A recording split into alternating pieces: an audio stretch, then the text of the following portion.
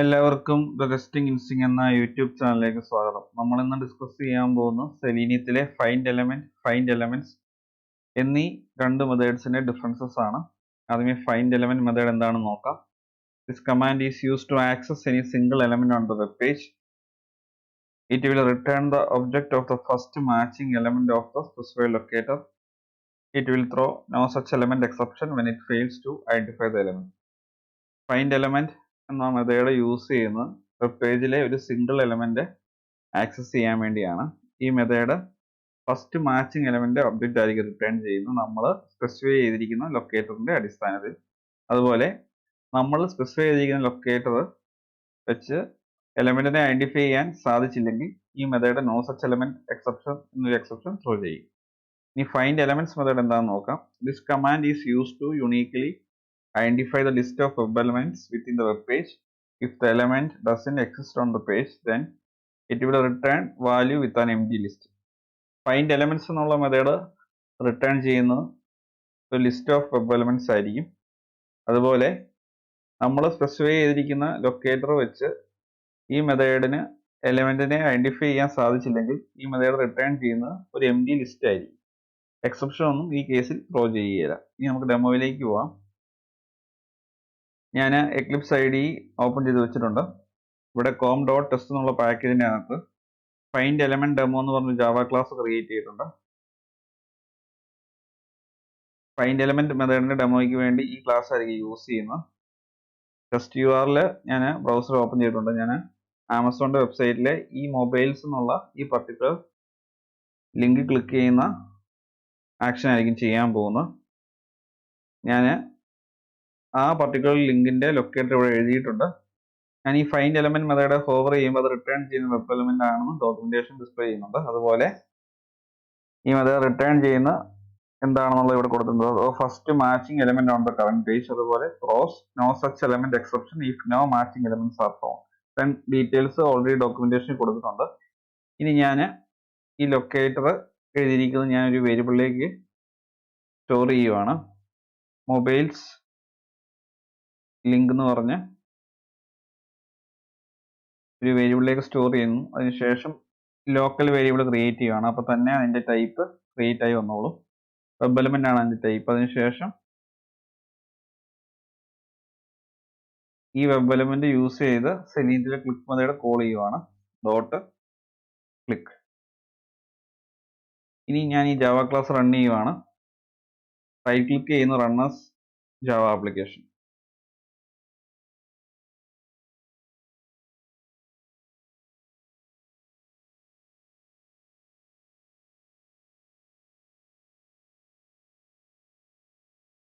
നിങ്ങൾക്ക് കാണാം ഇപ്പം മൊബൈൽസ് എന്നുള്ള ലിങ്ക് ക്ലിക്ക് ചെയ്ത് URL മാറിയിട്ടുണ്ട്. അതുപോലെ മൊബൈൽസ് ലിസ്റ്റ് ചെയ്യുന്ന പേജിലേക്ക് വന്നിട്ടുണ്ട്. ഇനി ഞാൻ ഈ വിൻഡോ ക്ലോസ് ചെയ്യുവാണ്.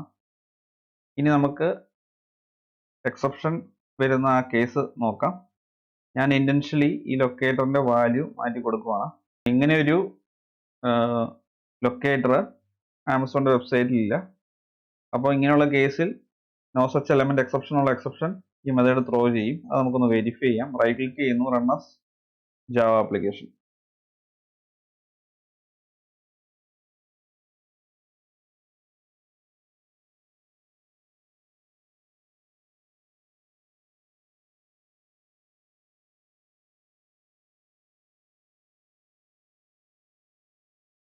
മൊബൈൽസ് എന്നുള്ള ലിങ്ക് ക്ലിക്ക് ആയില്ല, കാരണം ലൊക്കേറ്റർ തെറ്റായിട്ടാണ് കൊടുത്തിരിക്കുന്നത്. നമുക്ക് കൺസോൾ ഒന്ന് നോക്കാം. എക്ലിപ്സിനകത്ത് കൺസോളിൽ എറർ വന്നിട്ടുണ്ട്. Exception in thread main, no such element, unable to locate element. നമ്മൾ സ്പെസിഫൈ ചെയ്തിരിക്കുന്ന ലൊക്കേറ്റർ കറക്റ്റ് അല്ല, അതുകൊണ്ടാണ് ഇങ്ങനെ ഒരു ഇഷ്യൂ വന്നിരിക്കുന്നത്. അപ്പം ഈ ലൊക്കേറ്റർ കറക്റ്റ് ആക്കിയെങ്കിൽ മാത്രമേ മൊബൈൽസ് എന്നുള്ള ലിങ്ക് കറക്റ്റ് ആയിട്ട് ക്ലിക്ക് ആവൂ. ഇനി നമുക്ക് ഫൈൻഡ് എലമെന്റ്സ് എന്ന മെത്തേഡിന്റെ ഡെമോ നോക്കാം.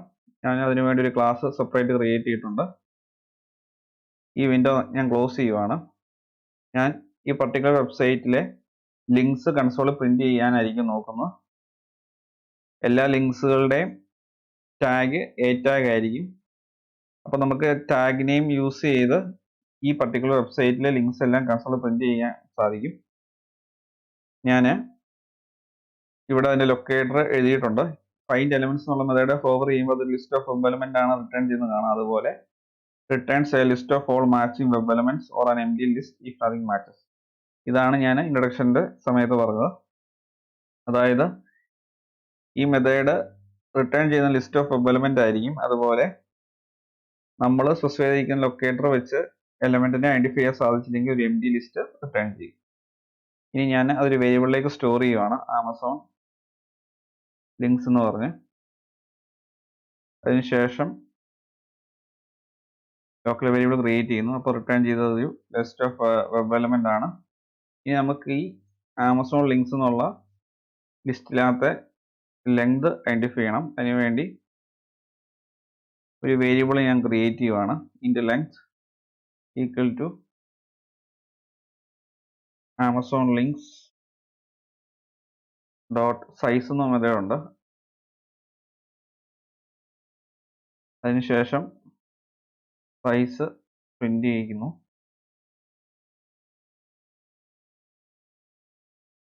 സൈസ് ഈസ്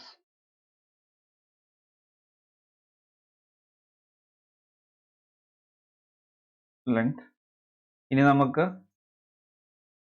ഈ പർട്ടിക്കുലർ വെബ് എലമെന്റിനകത്ത് നിന്ന് ലിങ്കിന്റെ ടെക്സ്റ്റ് കൺസോൾ പ്രിന്റ് ചെയ്യിക്കണം. അപ്പോൾ ഒരു ഫോർ ലൂപ്പ് യൂസ് ചെയ്ത് ഐറ്ററേറ്റ് ചെയ്യേണ്ടതായിട്ട് വരും. അപ്പോൾ നമുക്ക് ഒരു ഫോർ ലൂപ്പ് യൂസ് ചെയ്യാം. For int I equal to 0,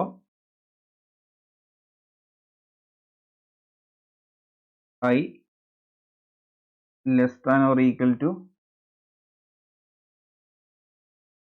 length എന്നുള്ള വേരിയബിളിനകത്ത് ഈ വെബ് എലമെന്റിന്റെ സൈസ് ഉണ്ട്. അപ്പം അറേ ആയതുകൊണ്ട് -1 കൂടെ നമുക്ക് ചെയ്യേണ്ടി വരും, ഇല്ലെങ്കിൽ index out of bound exception വരും. അതിനുശേഷം I++ എന്ന് കൊടുക്കുന്നു. ഇനി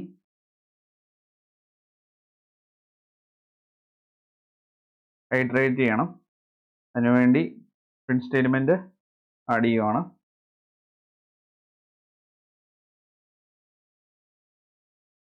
ആമസോൺ ലിങ്ക്സ് ഡോട്ട് ഗെറ്റ് എന്നൊരു മെത്തേഡ് ഉണ്ട്. ഇതിൻ്റെ അകത്ത് നമ്മൾ ഇൻഡെക്സ് പാസ് ചെയ്യണം. നമ്മുടെ കേസിൽ I ആണ് ഇൻഡെക്സ്. അതിനുശേഷം ഡോട്ട് ഗെറ്റ് എന്നുള്ള മെത്തേഡ് കോൾ ചെയ്യുക. ഇനി നമുക്ക്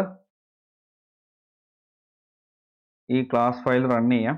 റൺ ചെയ്യുമ്പോൾ ഈ ആമസോൺ എന്ന വെബ്സൈറ്റിലെ ലിങ്ക്സ് എല്ലാം കൺസോൾ പ്രിന്റ് ചെയ്ത് വരുന്നുണ്ടെന്ന് വെരിഫൈ ചെയ്യാം. റൈറ്റ് ക്ലിക്ക് ചെയ്യുന്നു, റൺ ആസ് ജാവ ആപ്ലിക്കേഷൻ.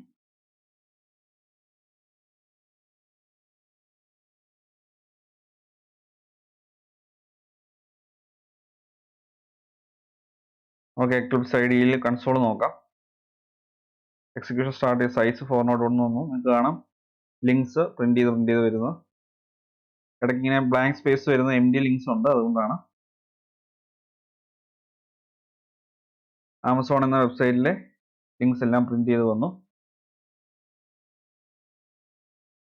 കുറേ ലിങ്ക്സ് ഉണ്ട്, എല്ലാം പ്രിന്റ് ചെയ്ത് വന്നിട്ടുണ്ട്. ഇനി നമുക്ക് നോക്കുന്നത് നമ്മൾ സ്പെസിഫൈ ചെയ്തിരിക്കുന്ന ലൊക്കേറ്റർ വെച്ച് എലമെന്റിനെ ഐഡന്റിഫൈ ചെയ്യാൻ സാധിച്ചില്ലെങ്കിൽ ഈ മെത്തേഡ് എന്താണ് ചെയ്യുന്നതെന്നുള്ളതാണ്. എക്സെപ്ഷൻ ഒന്നും ആ കേസിൽ ത്രോ ചെയ്യുക, ജസ്റ്റ് ഒരു എംപ്റ്റി ലിസ്റ്റ് ആയിരിക്കും റിട്ടേൺ ചെയ്യുന്നത്. കറക്റ്റായിട്ട് വർക്കാണെന്ന് നമുക്ക് വെരിഫൈ ചെയ്യാം. ഞാൻ ചുമ്മാ ഒരു ടാഗ് കൊടുക്കുവാണ്. ഇങ്ങനെ ഒരു ടാഗ് ഇല്ല HTML-നകത്ത്. ഇനി നമുക്ക് റൺ ചെയ്ത് നോക്കാം. റൈറ്റ് ക്ലിക്ക് ചെയ്യുന്നു, റൺ ആസ് ജാവ ആപ്ലിക്കേഷൻ.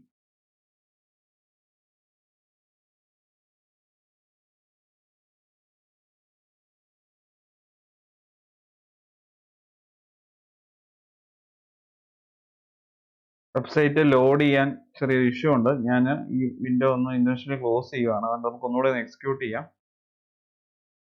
ഈ രണ്ട് വിൻഡോയും ക്ലോസ് ചെയ്യാം, എന്നിട്ട് ഒന്നുകൂടെ റൺ ചെയ്യാം. ഈ എറർ നമ്മൾ ക്ലോസ് ചെയ്തുകൊണ്ട് വന്നതാണ്. നമുക്ക് ഒന്നുകൂടെ റൺ ചെയ്യാം. റൈറ്റ് ക്ലിക്ക് ചെയ്യുന്നു, റൺ ആസ് ജാവ ആപ്ലിക്കേഷൻ.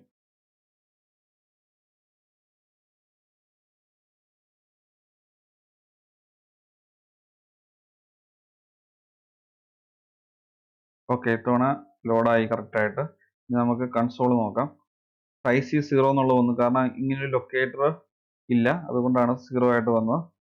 പക്ഷെ എറർ ഒന്നും കാണിച്ചില്ല, കാരണം ഈ മെത്തേഡ് എക്സെപ്ഷൻ ഒന്നും ത്രോ ചെയ്യുകയില്ല. നമ്മൾ യൂസ് ചെയ്തിരിക്കുന്ന ലൊക്കേറ്ററിനകത്ത് എന്തെങ്കിലും ഇഷ്യൂ ഉണ്ടെങ്കിൽ ജസ്റ്റ് ഒരു empty ലിസ്റ്റ് റിട്ടേൺ ചെയ്യുക മാത്രമാണ് ചെയ്യുന്നത്.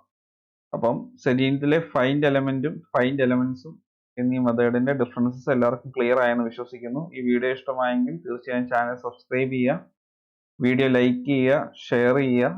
അതുപോലെ ഡൗട്ട്സ് ഉണ്ടെങ്കിൽ തീർച്ചയായും കമന്റ് ബോക്സിൽ ചോദിക്കുക. നോട്ടിഫിക്കേഷൻ ബെല്ലൈക്കൻ കൂടി എനേബിൾ ചെയ്ത് വെക്കുക. എങ്കിൽ മാത്രമേ പുതിയ വീഡിയോസ് അപ്ലോഡ് ചെയ്യുമ്പോൾ കറസ്പോണ്ടിങ് നോട്ടിഫിക്കേഷൻ നിങ്ങൾക്ക് ലഭിക്കുകയുള്ളൂ. Thanks for watching and keep learning.